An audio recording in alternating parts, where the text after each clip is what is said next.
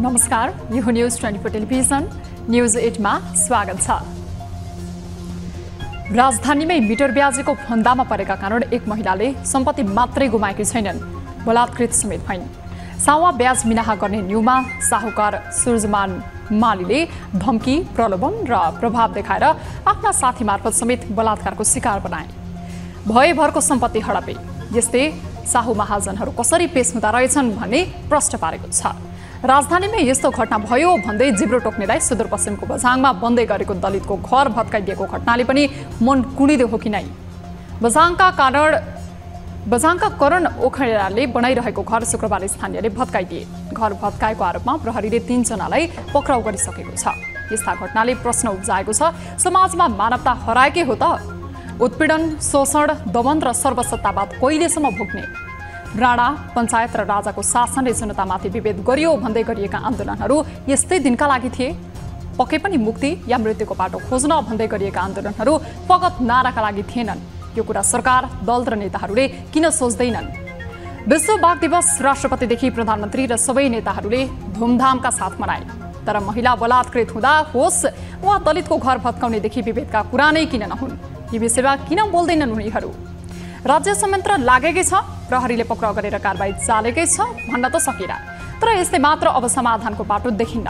पहिले मानवताको बाटो अवलम्बन होस्, त्यसपछि यसको औचित्य पुष्टि गर्ने विषयहरूमा प्रवेश गरौँला। अब न्यूज 8 का हेडलाइन्स। दलीय किचलोका कारण कोशी सरकार विहीनताको अवस्थामा, कतै मन्त्रीविहीन कतै बिना विभागीय मन्त्री। सरकार बदलिए पनि प्रवृत्ति नबदलिएको गुनासो।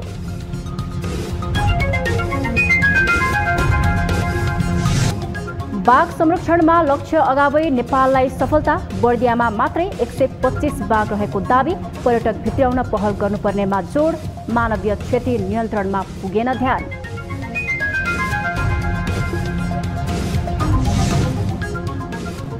सरकारको मिलोमतमै त्रिभुवन अन्तर्राष्ट्रिय विमानस्थलबाट 1 क्विन्टल अवैध सुन भित्रिएको एमाले अध्यक्ष ओलीको आरोप। मुलुक आर्थिक रूपमा टाट पल्टिएको दाबी।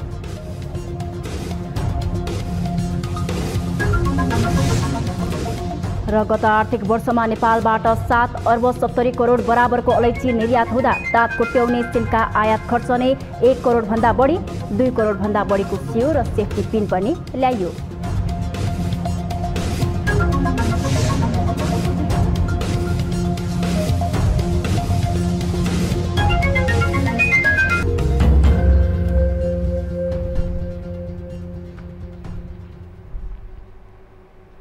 हामी निरन्तर न्यूजमा छौं। प्रदेश सभामुख बाबुराम गौतम सहितको समर्थनको सरकारलाई सर्वोच्च अदालतले वैधानिकता नदिएपछि कोशी प्रदेश सरकार विहीन अवस्थामा छ। कोशीमा काम चलाउन सरकारको नेतृत्वकै अन्योलता छ। कोशीमा मात्र होइन, एमाले माओवादीको गठबन्धन टुटेपछि एमाले 7 वटै प्रदेशमा प्रतिपक्षी बेन्चमा छ। तर एमालेलाई बाहिर राखेर बनेका सबैजसो प्रदेश सरकारहरूले अझैसम्म पनि मन्त्री परिषदलाई पूर्णता दिन सकेका छैनन्। एक रिपोर्ट।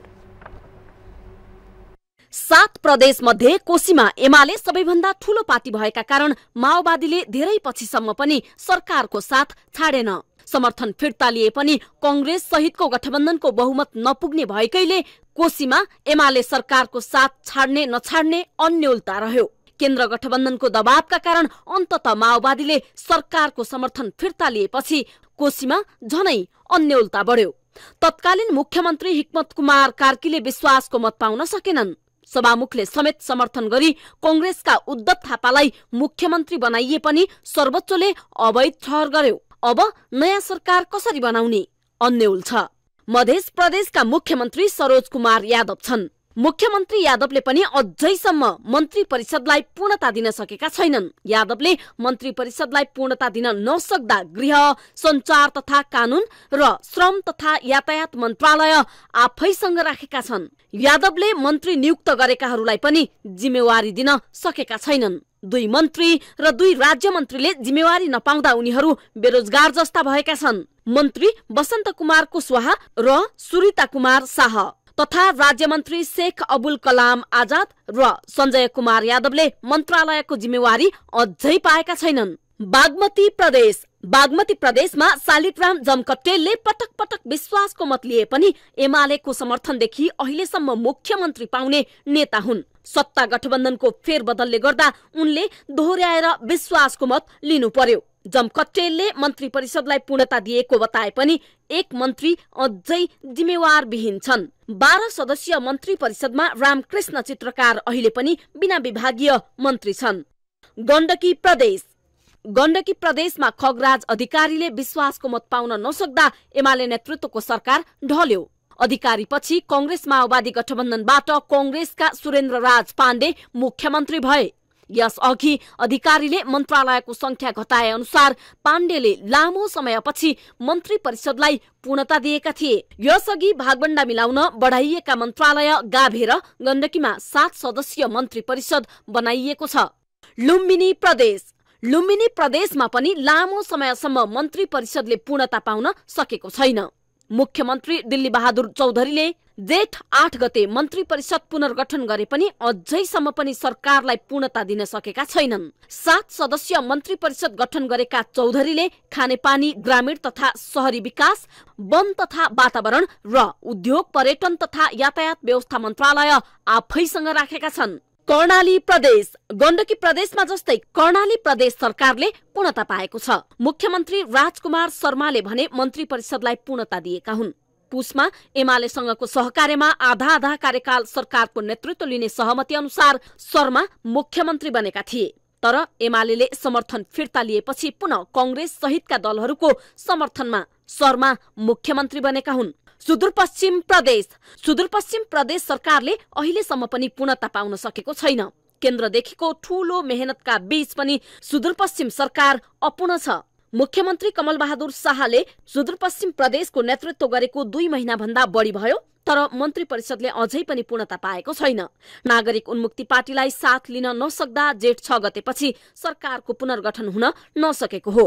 सरकारलाई पूर्णता दिन नसक्दा अहिले 2 मन्त्रालय शाह आफैसँग रहेका छन्। भूमि व्यवस्था, कृषि तथा सहकारी मन्त्रालय शाहकै काँधमा छ भने यस अघिका मन्त्रीको सवारी दुर्घटनामा मृत्यु भएपछि आन्तरिक मामिला तथा कानून मन्त्रालय पनि रिक्त छ। न्यूज 24 टेलिभिजनका लागि राजनीतिक ब्युरो। कोशी प्रदेशमा सत्ता गठबन्धन दलहरू बीचको फेरबदलले गर्दा राजनीति अस्थिरतातर्फ धकेलियो। प्रदेशमा सबैभन्दा ठूलो शक्ति रहेको एमाले नेतृत्वको सरकारले विश्वासको मत गुमाएपछि कांग्रेस माओवादी गठबन्धनले बहुमत जुटाउन सकेन। सभामुख बाबुराम गौतमले समेत हस्ताक्षर गरी गठबन्धनलाई बहुमत पुर्याइदिए। तर सर्वोच्च अदालतले गठबन्धन सरकारलाई अवैध ठहर्याएपछि अहिले पुनः नयाँ सरकार गठन प्रक्रिया पेचिलो बन्न पुगेको छ। एक रिपोर्ट। नेकपा माओवादी केन्द्र सहितका दलहरू एमाले संसदीय दलका नेता हिक्मत कुमार कार्की नेतृत्वको सरकारबाट फिर्ता भएपछि कोशी प्रदेश सरकार संकटमा पर्यो। कार्कीले विश्वासको मत पाउन सकेनन्। कांग्रेस माओवादी सहितका दलहरूले पनि बहुमत सिद्ध गर्ने अवस्था बनेन। कुनै पनि पक्षले बहुमत दाबी गर्न नसकेको अवस्थामा प्रदेश मध्यावधि निर्वाचनतर्फ धकेलिने अवस्थामा थियो। यही अन्यलताका बीच माओवादीबाट सभामुख बनेका बाबुराम गौतमले गठबन्धनको तर्फबाट मुख्यमन्त्रीका उम्मेद्वार उद्धव थापाको पक्षमा हस्ताक्षर गरिदिए। गठबन्धनको बलमा प्रदेश प्रमुख परशुराम खापुङले पनि आँखा चिम्लिएर थापालाई मुख्यमन्त्री नियुक्त गरिदिए पनि सर्वोच्चले भने अस्वीकार गरिदियो। सर्वोच्चले गरेको फैसलालाई मानेर अघि बढ्ने कांग्रेस माओवादी गठबन्धनका नेताहरूको भनाइ छ। सर्वोच्चको फैसलासँगै खापुङले संविधानको धारा 168 को उपधारा 2 बमोजिम साउन 16 गते मंगलबार बेलुकी 5 बजेसम्म दाबी पेश गर्न आह्वान गरिसकेका छन्। सरकारको दाबी पेश गर्ने समय नजिकिएपछि प्रदेश सरकार हत्याउन केन्द्रीय गठबन्धन जोड तोडले लागिरहेको छ। सर्वोच्चले अवैधानिक ठहर गरेपछि त्यसबाट पाठ सिक्नु पर्नेमा सत्ता गठबन्धन कुनै पनि अवस्थामा गठबन्धनकै सरकार बनाउन कसिएको छ, जसका लागि सर्वोच्चको फैसला सँगै विवादित बनेका सभामुख गौतमलाई राजीनामा गराउने तयारीमा प्रमुख 2 दल कांग्रेस र माओवादी पुगेका छन्। प्रधानमन्त्री निवास बालुवाटारमा शनिबार बिहान कांग्रेस र माओवादी केन्द्रका नेताहरू बीचको बैठकमा सभामुख गौतमलाई राजीनामा गर्न लगाएर सरकार दाबी गरिसकेपछि पुनः सभामुख चयन गर्ने विकल्पमा छलफल भएको छ। यद्यपि यो अवस्थामा पुनः विश्वासको मत लिने बेला अर्को संकट नआउला भन्न पनि सकिन्न। त्यसैले राप्रपालाई विश्वासमा लिने बारेमा पनि प्रमुख दुई दल कांग्रेस र माओवादी नेताहरू बीच छलफल भएको छ। 93 सीट रहेको कोसीमा कसको कति? नेकपा एमाले 40 सीट, राप्रपा 6 सीट, नेपाली कांग्रेस 29 सीट, नेकपा माओवादी केन्द्र सभामुख बाहेकका 12 सीट, नेकपा एकीकृत समाजवादी 4 सीट, जसपा 1 सीट। गएको आम निर्वाचनदेखि केन्द्र सरकारमा समेत एमालेलाई साथ दिँदै आएको राप्रपाले कोसीमा पनि एमालेलाई साथ दिइरहेको छ, जसका कारण एमालेको पक्षमा 46 सीट देखिन्छ। केन्द्रीय सत्ता गठबन्धनका अनुसार कांग्रेस, माओवादी, एकीकृत समाजवादी र जसपाको गरी 46 सीट नै हुन्छ। माओवादीबाट सभामुख बनेका गौतमले राजीनामा दिँदा कांग्रेस गठबन्धनसँग 47 सीट पुग्छ। तर यो बाटो सहज नदेखेपछि सत्ता गठबन्धन दलले राप्रपालाई मनाउने प्रयास पनि जारी राखेका छन्। मुख्यमन्त्रीले विश्वासको मत लिएपछि फेरि सभामुख चयनको बाटो अवलम्बन गर्नुपर्ने बेलामा समेत केही रोचक राजनीतिक गतिविधि भने हुनेछन्। यदि संविधानको धारा 168 को 2 अनुसार सरकार बन्न नसकेको अवस्थामा ठूलो दलको हैसियतमा सरकार गठनको आह्वान गर्नुपर्ने अवस्था आउँछ। त्यो अवस्थामा एमालेले सरकार बनाउने देखिन्छ। न्यूज 24 टेलिभिजनका लागि राजनीतिक ब्युरो। हामी निरन्तर न्यूजमा छौं। बाघ संरक्षणमा नेपालले विश्वस्तरमै सफलता पाइरहँदा बाघको व्यवस्थापन पनि निकै कमजोर छ। त्यसैले पनि बाघको आक्रमणबाट ज्यान गुमाउनेको संख्या बढ्दै गएको छ। सन् 2010 मा रुसको सेन्ट पिटर्सबर्गमा भएको बाघ सम्मेलनमा 13 देखि 2022 सम्ममा बाघको संख्यालाई दोब्बर बनाउने प्रतिबद्धता जनाएका थिए। सो प्रतिबद्धता नेपालले पूरा गरे पनि व्यवस्थापन पाटोमा सरकारदेखि अन्तर्राष्ट्रिय जगतले नै कम ध्यान दिनाले नागरिकको बाँच्न पाउने हकमाथि नै अप्रत्यक्ष रूपमा प्रभाव परिरहेको छ। एक रिपोर्ट। नेपालमा मात्र नभएर विश्वका अन्य मुलुकमा पनि बाघको संख्या उल्लेख्य वृद्धि भएको विभिन्न अध्ययनले देखाएको छ। विश्वका 13 मुलुकमा पाते बाघको वासस्थान रहेको छ। विश्वभर सन् 1900 सम्म 1 लाखको हाराहारीमा बाघ रहेको अनुमान गरिएको थियो। सन् 2010 मा त्यो संख्या घटेर 3200 मा सीमित भएको थियो। त्यस पश्चात विश्वभरबाट बाघ संरक्षणका लागि विभिन्न प्रयास सुरु गरियो। बाघ संरक्षणका प्रयास मार्फत सन् 2016 मा बाघको संख्या बढाएर 3900 र सन् 2022 मा 4500 पुर्याइएको विश्व वन्यजन्तु कोषको तथ्याङ्कमा उल्लेख छ। यस्तै नेपालको सन्दर्भमा सन् 2009 मा 121 वटा बाघ रहेका थिए। सन् 2010 मा गरिएको प्रतिबद्धता अनुसार नेपालमा बाघको संख्या वृद्धि भएको छ। सन् 2022 मा नेपालमा 355 बाघ रहेको सरकारी तथ्याङ्क छ। बाघ संरक्षणमा नेपालले मारेको फड्को नेपालमा मात्र नभएर अन्तर्राष्ट्रिय जगतमै चर्चा पाइरहेको थियो। तर पछिल्ला वर्षहरूमा नेपालमा बाघको संख्यामा वृद्धि भएसँगै मानवीय क्षति पनि अप्रत्याशित रूपमा बढिरहेका छन्। नेपालमा पछिल्लो 5 वर्षको अवधिमा 58 जनाले बाघको आक्रमणबाट ज्यान गुमाएका छन्। तर मानवीय सुरक्षामा उचित ध्यान दिइएको छैन। त्यसैले पनि अब अन्तर्राष्ट्रिय स्तरबाटै मानवीय सुरक्षाका कार्यक्रम आउनु पर्नेमा सरकारले जोड दिएको छ। अहिले हामी के गरेका छौं भने एक त बाघ आउँछ भनेर मरिरहेका छन् मान्छे, त्यसबाट मान्छे वञ्चित हो। अर्को हामीले त्यो भित्र छिर्न दिइरहेका छैनौं। अनि उनीहरूको रोजगारीको ग्यारेन्टी, परिवारको ग्यारेन्टी कसले लिने? हामीले त्यसको बारेमा सोच्ने कि नसोच्ने? त्यो सोच्नलाई, त्यो बललाई हामीले सदुपयोग गर्ने कि नगर्ने?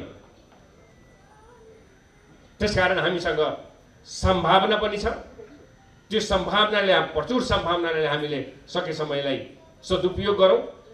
नेपालमा बाघको संख्या बढेसँगै बाघको उचित व्यवस्थापन, पर्याप्त वासस्थान लगायत तिनले पुर्याएको मानवीय क्षति न्यूनीकरण चुनौतीको विषय बनेको छ। नेपालका मध्यवर्ती क्षेत्रका मानिसहरू घाँस दाउराका लागि वा वस्तुभाउ चराउनका लागि जंगल क्षेत्रमा जाने गर्छन्। यसै क्रममा बाघले आक्रमण गरी ज्यान लिने गर्छ।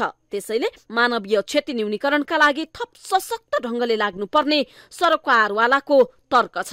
हिजोका दिनहरूमा बाघलाई त्यो जंगल ठिक्क थियो त्यो संख्या अनुसार। अब हामीले संख्या पनि बढायौं भनेदेखि अब यसलाई कसरी यो चाहिँ आफ्नो स्थानभन्दा बाहिर आउन नदिनको लागि के गर्नुपर्ने हो, त्यो विषयहरुमा चाहिँ हामीले अलिकति हाम्रो फोकस चाहिँ त्यतातिर जानु पर्यो। चिडियाखाना तथा राष्ट्रिय निकुञ्जमा रहेका वन्यजन्तुले सामाजिक तथा आर्थिक पक्ष सुधारका लागि महत्वपूर्ण भूमिका निर्वाह गरिरहेका हुन्छन्। बाघ लगायत अन्य वन्यजन्तुको अवलोकन गर्न देश विदेशबाट आउनेको संख्या धेरै नै हुन्छ।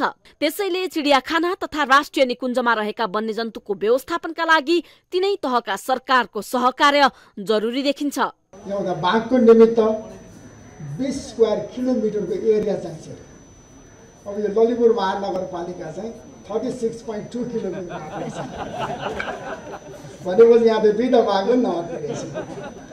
तसर्थ यी र यस्तो कुराबाट हामीले चाहिँ ज्ञान दिनुपर्छ भन्ने कुरा मैले निवेदन गरेँ।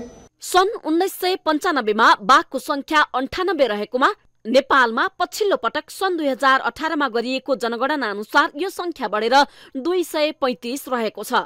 न्यूज 24 टेलिभिजनका लागि क्यामेरामा मदन सापकोटाका साथ टिभी जर्नलिस्ट अस्मिता तिवारीको रिपोर्ट। पछिल्लो वर्ष यता नेपालमा बाघको संख्या तीव्रै बढेको छ। बाघको संख्या बढीसँगै यसको व्यवस्थापन, मानव वन्यजन्तु द्वन्द्व न्यूनीकरण, वासस्थान सुधार लगायत अन्य विविध विषय चुनौतीको रूपमा देखिन थालेको छ। वन जंगलमा बाघको संख्या बढीसँगै वनभित्री तथा जंगल नजिकै बसोबास गर्ने मानिस पनि बाघको आक्रमणमा पर्ने गरेका छन्। एक रिपोर्ट। नेपाल सरकारले विश्व समुदायसँग सन् 2010 मा नेपालमा बाघको संख्या दोब्बर बनाउने प्रतिबद्धता गरेको थियो। त्यसै अनुरूप काम समेत गरेर सन् 2022 सम्म आइपुग्दा नेपालमा बाघको संख्या झण्डै तेब्बरले बढ्यो।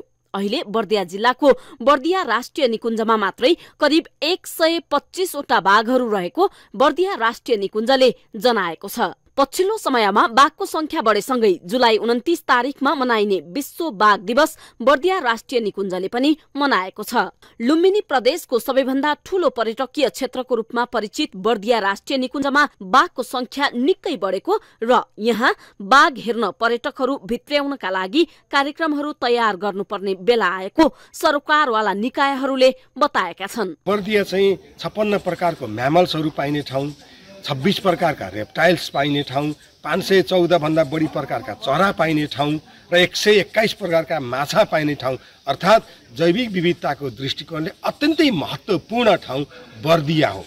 र बर्दिया अहिलेसम्म अनटच धेरै मान्छे नआएको, वार्षिक रूपमा 6-7 हजार भन्दा बढी मान्छेले भ्रमण नगर्ने क्षेत्र र चाहिँ अत्यन्तै सुन्दर र बायोडाइभर्सिटीको इकोसिस्टमको टप लेभलमा रहेर काम गर्ने बाघ जस्तो दुर्लभ प्राणी बर्दियामा छ र अत्यन्तै सजिलरी देख्न सकिने, छोटो समयमा देख्न सकिने र अत्यन्तै मनोरञ्जन लिन सकिने ठाउँ चाहिँ बर्दिया। बर्दियामा राष्ट्रिय निकुञ्ज मात्र नभएर सामुदायिक वन क्षेत्रमा पनि बाघको संख्या बढ्दै गएको छ।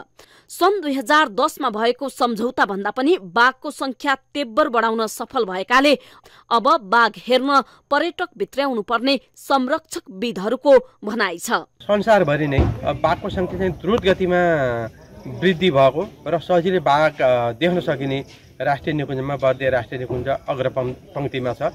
त्यसकारणले चाहिँ अब प्रकृतिमा बाघै एकदम कम संख्यामा छन्।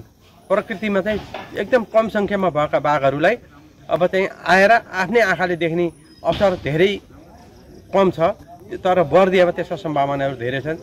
त्यसकारणले चाहिँ बर्दिया जाउँ, बाघ हेरौँ अथवा चाहिँ बर्दिया गएर बाघ देख्न पाऊँ भन्ने किसिमको सन्देश हामीले संसारभरिलाई दिन सक्नुपर्छ। बाघको संख्या बढ्दै जानु एकातिर राम्रो पक्ष पनि हो, तर यसको संरक्षणमा समेत चुनौती थपिएको छ भने सर्वसाधारणको चिन्ता समेत बढ्दै गएको छ। निकुञ्ज आसपासमा बसोबास गर्ने गरेका स्थानीयहरू त्रासमा रहेको भन्दै सोही विषयमा निकुञ्जले मध्यनजर गर्दै विभिन्न किसिमका कामहरू गरिरहेको बर्दिया राष्ट्रिय निकुञ्जले जनाएको छ। बाघ बढेको छ र बाघलाई माया गर्ने टुरिस्टहरू चाहिँ अब बर्दियामा आउनुहोस्, बर्दिया एउटा बाघको पर्यायवाची भइसकेको छ भनेर पनि हामीले एउटा मेसेज दिन खोजेका छौँ। किनभने अब हामीले बढेको बाघलाई देशको समृद्धिसँग जोड्न जरुरी छ। एउटा विदेशी टुरिस्ट नेपाल आयो भने उसले राज्यलाई थुप्रै पैसा तिर्दै आएको हुन्छ र यहाँ आएर बस्दाखेरि पनि स्थानीय तहमा पनि यहाँको होटलहरूमा उसले प्रयोग गर्ने खाने चिजहरू, त्यसपछि यहाँ उसले हेर्ने संस्कृति कलाहरू। बाघको संख्या बढ्दै जाँदा स्थानीय तहमा देखिएको त्रासलाई बर्दिया राष्ट्रिय निकुञ्ज र संरक्षण सम्बन्धी काम गरिरहेका संघ संस्थाहरूले कम गर्नुपर्ने देखिन्छ। तर लुम्बिनी प्रदेशकै नमुनाका रूपमा रहेको बर्दिया राष्ट्रिय निकुञ्ज अहिले बाघको संख्या बढेसँगै बर्दिया राष्ट्रिय निकुञ्ज अहिले विश्व सामु परिचित भइरहेको छ। दर्शकहरू, आज जुलाई 29 तारिक अर्थात् विश्व बाघ दिवस, बाघको संख्या बढ्दै गएको बर्दिया राष्ट्रिय निकुञ्जले पनि बाघ दिवसको अवसरमा विविध कार्यक्रमको आयोजना गरेको छ।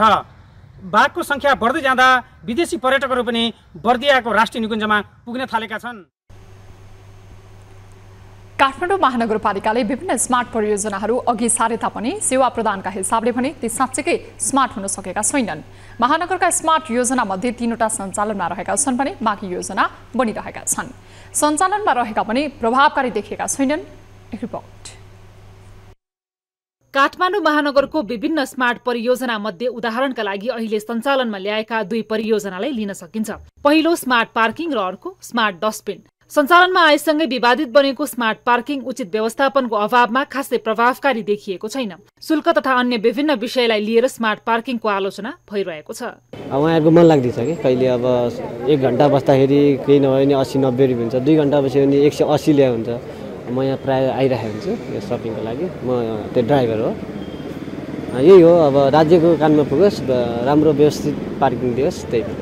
किनभने जथाभावी पार्किङ गर्दाखेरि अब यात्रुहरूलाई भिड हुन्छ, यताउता पैदल हिँड्नेलाई मान्छे अब आवत गर्न कुनै ठाउँमा पुग्नलाई धेरै असर पर्छ।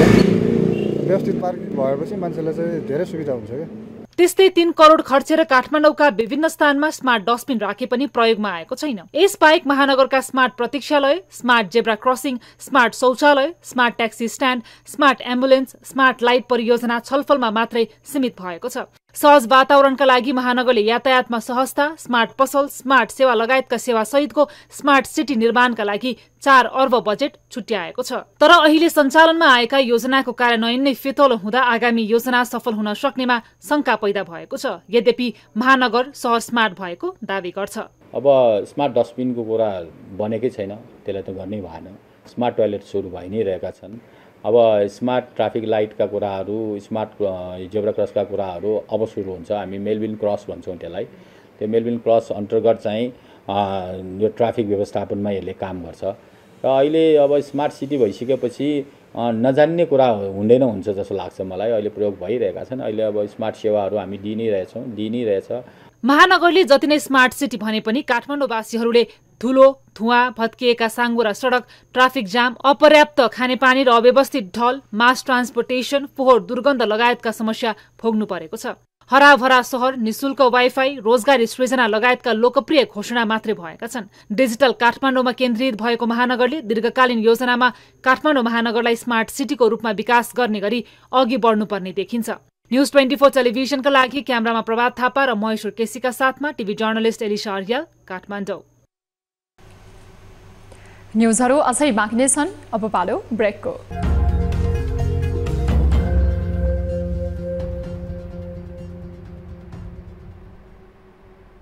हामी निरन्तर न्यूजमा छौं। अब वेदर अपडेट।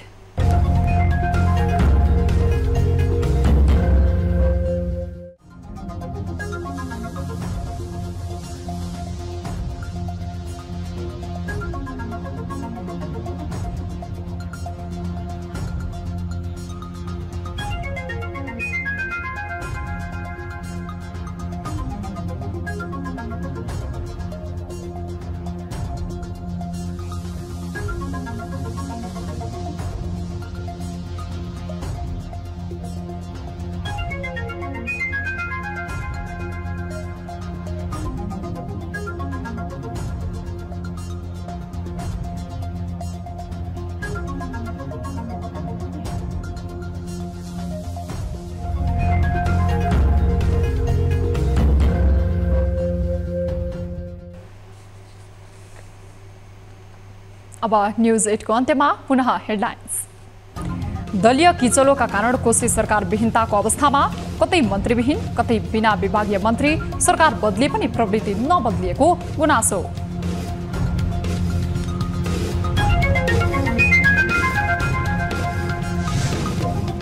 बाघ संरक्षणमा लक्ष्य अगावै नेपाललाई सफलता, बर्दियामा मात्रै 125 बाघ रहेको दावी, पर्यटक भित्र्याउन पहल गर्नुपर्नेमा जोड, मानवीय क्षति नियन्त्रणमा पुगेन ध्यान।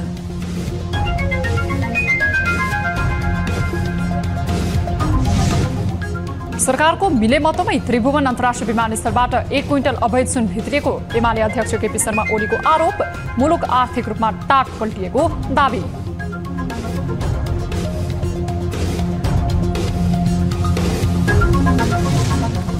र गत आर्थिक वर्षमा नेपालबाट 7 अर्ब 70 करोड बराबरको अलैँची निर्यात हुँदा दाँत कोट्याउने सिमका आयात खर्च नै 1 करोड भन्दा बढी, 2 करोड भन्दा बढीको सियो र सेफ्टी पिन पनि ल्याइयो।